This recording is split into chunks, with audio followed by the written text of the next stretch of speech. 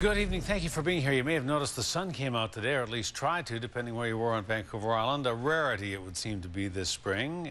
It hasn't been the worst month of May on record, but we're through it now, and it did come close. And if the weather doesn't improve, and improve soon, some of your favorite Vancouver Island fruits and vegetables may go to waste. Our Mid-Island Bureau Chief Jonathan Bartlett has the story. He joins us now in our Nanaimo newsroom with the details. Jonathan. Well, Hudson, you don't need us to tell you the weather these last few weeks has been not very nice. Below average temperatures for this time of year and more rain than usual. Not the best conditions for tomatoes, peppers, or strawberries. A miracle happened as soon as we set up our camera today. The sun actually came out. It's amazing. I think it's just the power of the media. At Providence Farm in the Cowichan Valley, the last few weeks has been cold and wet.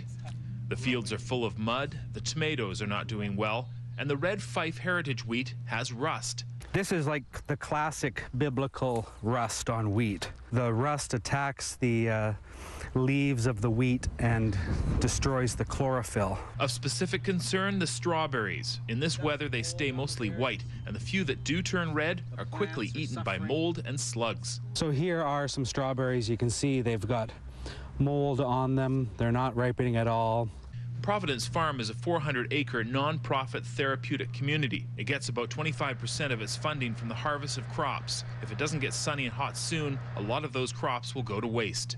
Oh, definitely worried about the weather. It's been constantly below average temperatures, and there's been way too much rain. We just can't get in and cut and bale hay. We're planting a lot of things in the ground as seeds, our squashes, zucchinis, pumpkins, but they're just rotting in the ground right now.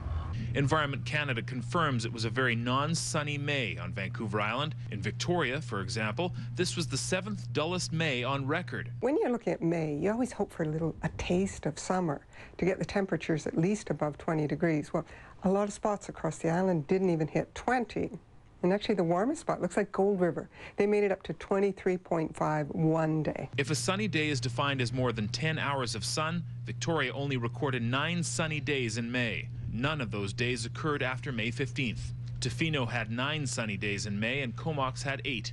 Between Campbell River and Victoria, we received between 120 and 170% of our normal rainfall.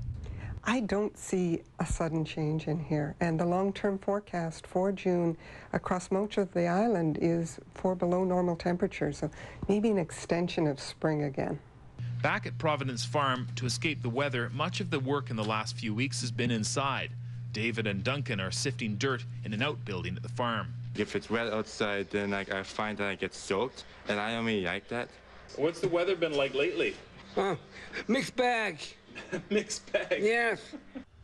Of course, there are benefits to this weather. Less skin cancer, more water in the reservoirs, and no forest fires yet. But I think we could all use a little more sunshine. And a little less mixed bag. Less mixed bag, exactly. Absolutely. Jonathan, thank you. Thank you.